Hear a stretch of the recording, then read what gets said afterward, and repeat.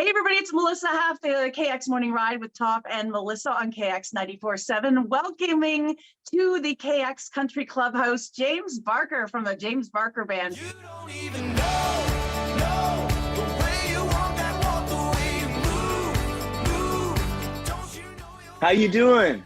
Doing all right. We're so excited when they announced that you guys were going to be making your way to KX Country, where we take a lot of pride in our Hamilton's Festival of Friends. Country Day is on Sunday, August the 6th, Gage Park, free show. You got to love when it's a free show because the crowds are going to be massive.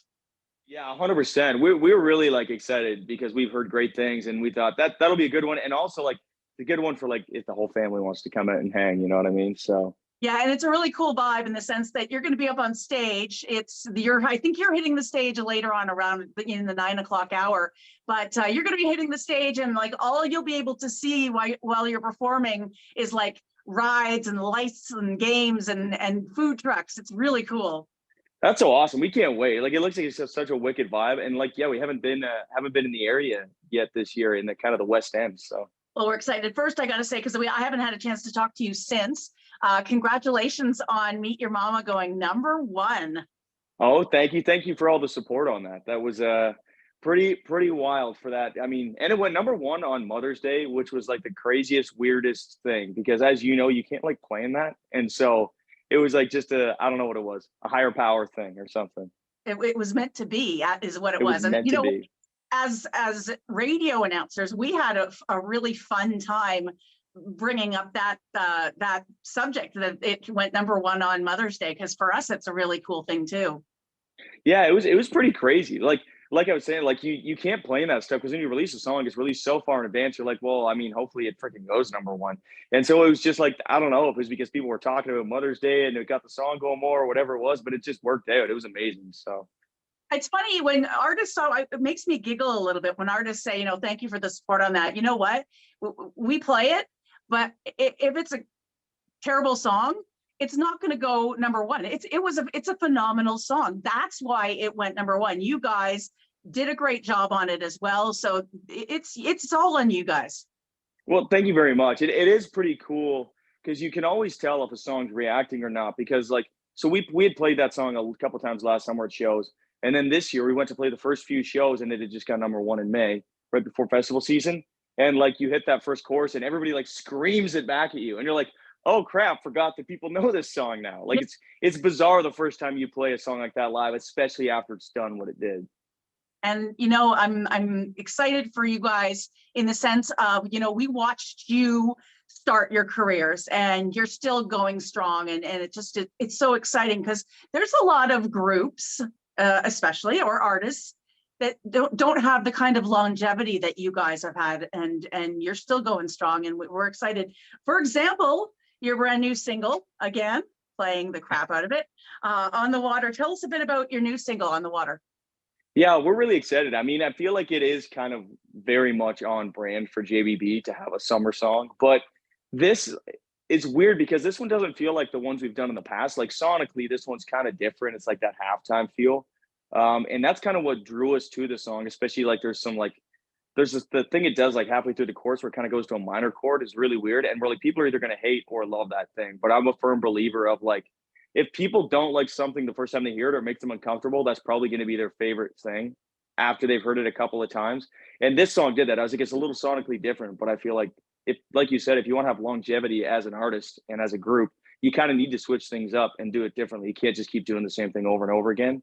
And that's what, I feel why we love this song, why we wanted to release the song. And obviously we got our good friend Dalton Dover on it, who sings the crap out of it. He's a wicked talent who's going to be blowing up in the next year. And so everybody should be watching out for him.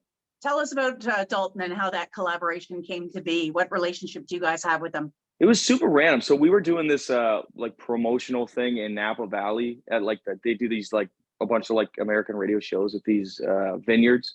And he was down there doing the same thing. And so we bumped into him because we had a mutual friend and we ended up hanging and eating lunch with him.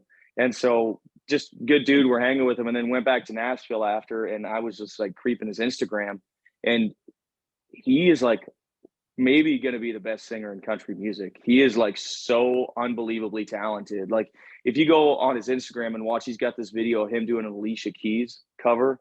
And it's like it'll blow your brain up. I couldn't believe it. And so I was like, holy crap, like we got to freaking get this dude to sing on our next single. And we hit him up and we're like, I know you've never done anything in Canada. If you're down, we'd love to have you on the song.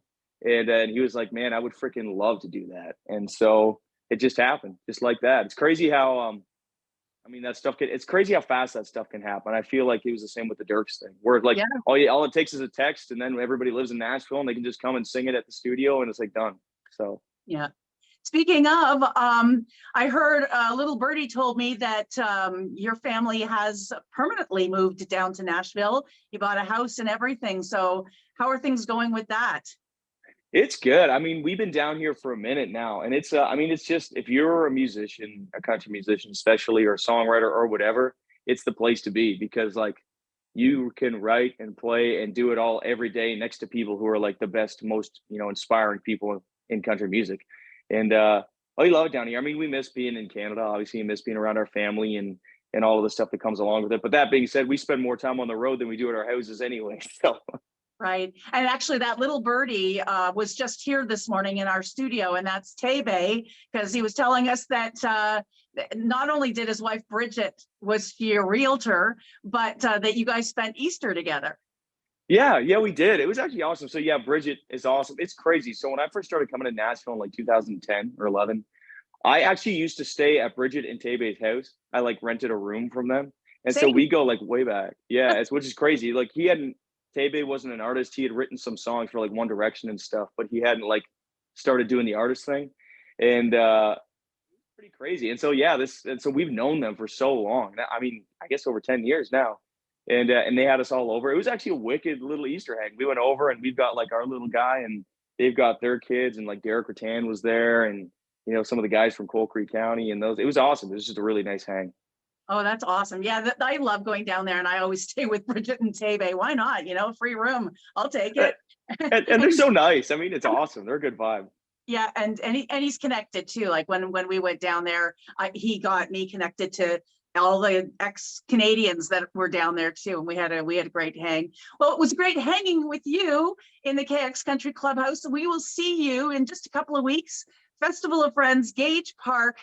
Free show by the James Barker Band. That's August the 6th. Thank you so much, James.